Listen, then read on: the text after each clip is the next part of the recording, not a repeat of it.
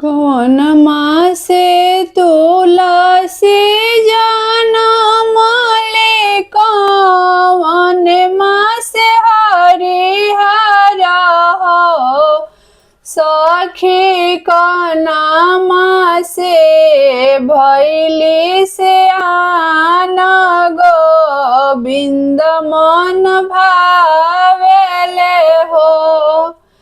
सावन मासे तुलसी जनम ले, भादों में भैली हरिहरा हो।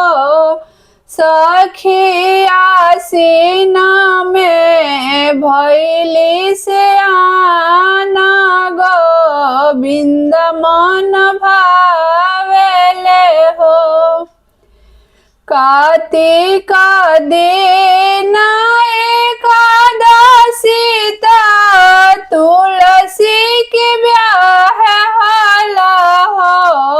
विप्र पूछले तुलसी से बतिया, कैसे तू जाना मेलू हो। पंडित पूछले तुलसी से बतिया, कैसे तू जाना मेलू हो।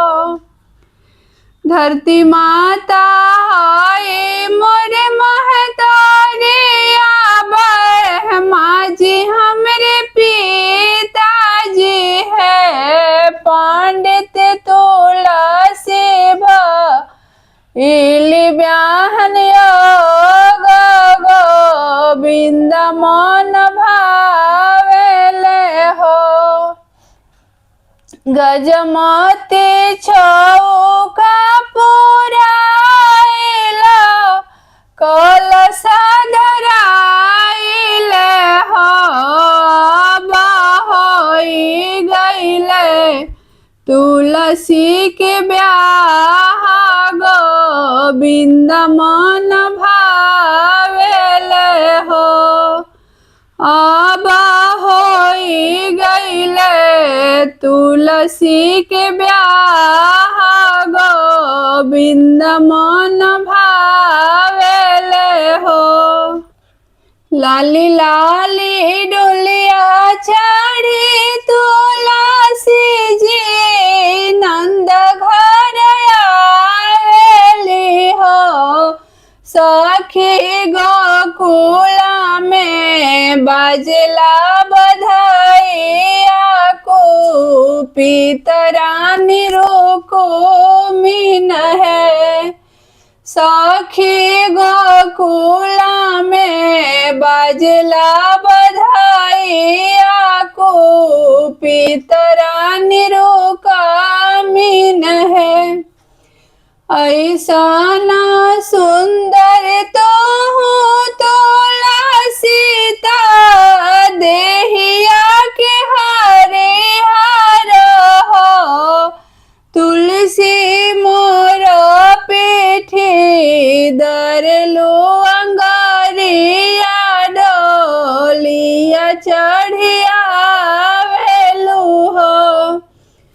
तुलसी मोर पीठी दरलू अंगारिया, डोलिया चढ़िया वेलू हो। हथवा के ले हो नारिया, तो तुलसी के काठी फेंकू है। अरे फेंकी दे हो गंगा जी के बीचावा, जाई है दूर देसावा, जाई है दूर देसावा नु हो। गंगा जी में तुलसी बहवाला, माला हवाज छानी लेले हो। आहे काटी कुटी बनल सुंदर मालावा, गोविंद के पहिरावेले हो।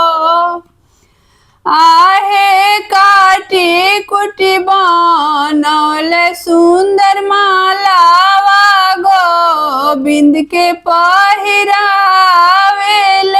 हो। कुपिता बोली रानी रोको मीना, सुनु बहिना तुलसी जी हो।